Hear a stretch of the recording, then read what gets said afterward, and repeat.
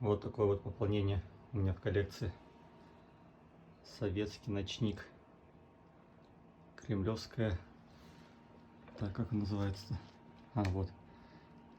Кремлевская башня. Вон какая бумажка даже сохранилась. Сделан в моем родном городе, Свердловске, на Уралмашзаводе. Недалеко от моего роддома, кстати.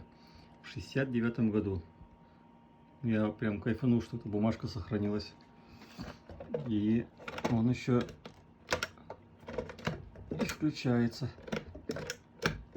Что-то стал моросить был. Включился. Что? О! Сейчас покажу, как это все выглядит в темноте.